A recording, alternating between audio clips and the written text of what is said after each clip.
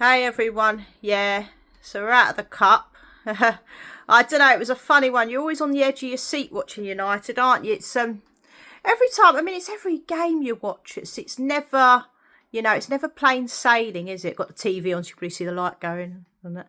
But yeah, it's never plain sailing, is it? It's not like we go into a game and win it. Just a couple of goals, just a straightforward victory. It's always drama. There's always something waiting to happen, or we snatch it at the last minute. It's when you watch us play, it's like every game, if you win or lose, it's like all draw. It's just hanging on for dear life, isn't it? We can never, we always concede a goal first. That always happens, and we can just never, just win. Like you watch your Liverpools, you watch even Man City, and they're not as good as they were, and even other teams that are, kind of mid-table, because we're more relegation now, aren't we? Relegation. So just watching other teams, it's like, they just go and they win, and it's just normal. But with us, it's never simple. So, we can be a bit gutted we lost and lost on penalties. And I had a bad feeling about it anyway. But the harsh reality, if you're a decent team at home to Fulham, you're a top elite team. Like, we are a big elite club, but we're not a top elite team. We're very mediocre. The league table doesn't lie. And we've been getting away with things for a while. Getting away with a lot. And I blame Ineos for some of it, because we let Rashford and Anthony go. So we let, our attackers go. And we brought in one player, Dogu. And I just felt with Dogu, it was a case of, obviously he was going to miss this game. And I was really worried when he was going to miss it. I thought, that's really going to cost us, So I thought, God, yeah, what are we going to do there? So I was worried. I think when I knew he was out, I thought, he's one of our best players. He's going to be out. We've got two, I think Xerxes good, but he's not an out-and-out striker. He's more of a number 10. He's good at holding up the ball, but obviously you've got Højlund up front. And I feel sorry for Højlund, because I think everything weighs heavy on him, It's heavy on his shoulders, Yeah, the shirt weighs heavy. It's unfair that we didn't get an older striker to go with Højlund, because I always thought we were going to get an experienced striker with him to learn off, because I just think it's too much pressure playing for Man United up front on your own if you're, a young striker. But yeah, it's and obviously, the only positives are Obi and Heaven, our two youngsters who came on. So that's how bloody, weak our benches, but they did really well, when they came on, they really did. But yeah, I've got to blame Ineos. You let a lot of players go, like Rashford and all that, which I'm fine. I'm fine with it. Rashford had to go. I've got and he'll be moved on.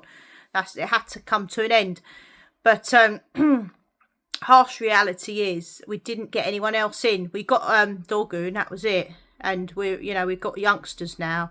Our two strikers struggle to score. We're relying on Bruno and a bit of individual brilliance. So the harsh reality is it's probably going to be our worst season. We're going to finish in the bottom half of the table. That's what's going to happen. Don't see a miracle happening there. We haven't been too bad. We're not losing badly like we were, but we're just not getting over the line. We're drawing, winning. We're not losing too many. If we do lose, it's by a goal or something, but it's just not looking good. We've got the Europa League next week. I'll be honest with you. If we can get through Real Betis, that gives me a little bit of hope. I'm not convinced we'll do it. I think our season could be over within the next 2 weeks. To be honest with you, if we get knocked out Europa soon, I'll just be taking a break, and that'll be the season done. Obviously we're not going to get relegated, but there's not a lot to watch, really, is there? I mean, what are we fighting for? Not a lot. But Ineos, they're another issue. Yeah, they're a big problem. They're not filling me with great confidence the way they're behaving. Taking off lunches off people and really scrimping and saving. And we just needed a clear sale. We needed these idiots out of our club. That's what we needed, but we didn't get it. So I'm watching Ineos. I'm a fraud watch. I'm watching them. I want to see what we do this summer. If we go and get a Victor Osimhen, maybe go and get a top quality keeper, because I feel a bit sorry for Onana. I do like him as a person, and everything, but I just don't think he's going to be good enough. I've got to be honest.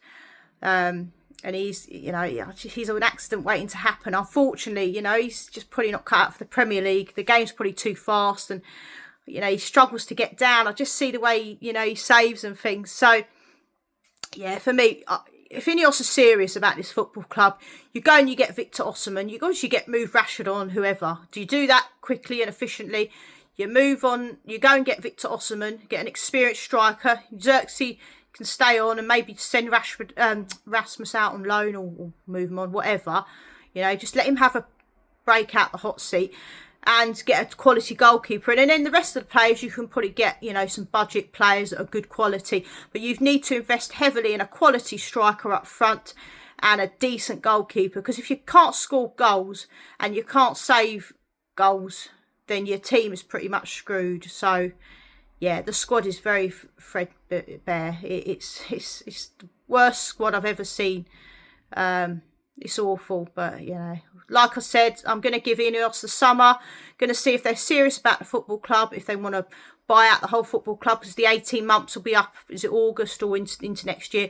So I'm going to keep an eye on it. But if they're just planning on silly, you know, having 25% of whatever it is and just letting the Glazers sit there and they're going to scrimp and save, then they're not serious about us being an elite football club. You know, and that's the harsh reality. So better get ready for more mediocrity.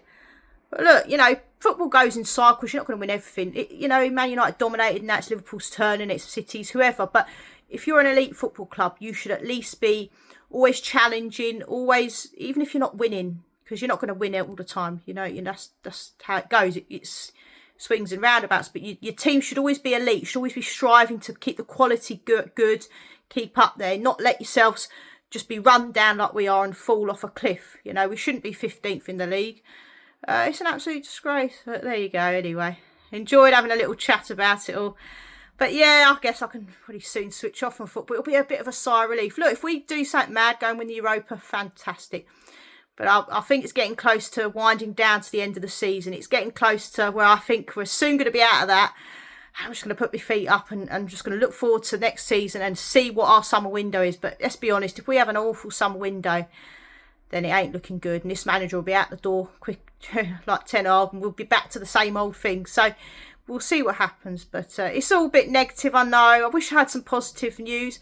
The only positive are the 2 young players that came on. You know, it gives me hope. But you can't just put it all on young players. You know, Ineos, I like this, you know, bringing in young players. That's good. But you need experience. You need about 7 players to go into that team next summer that are going to raise the bloody team up.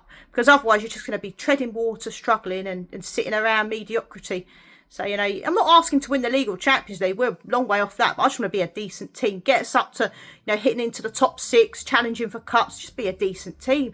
It's shocking. You know, I'm looking at other clubs. Like, there's so much, you know, not even the top clubs. You know, like your Bournemouths, your Brightons, your Notts Forest. Obviously, the pressure's different at Man United, the most talked about team. But the recruitment for those clubs is much better than ours. And we're way off it. So we've got to undo a lot of 10 years of rubbish and bad recruitment. It will take time. I'm not, you know, saying it won't. But for me, Ineos, they need to pull the finger out because they're not going to invest properly in the club unless they get full ownership. And that's the worry for me. So anyway, rant over and out. Let's see what happens and ciao. Keep up the faith somehow.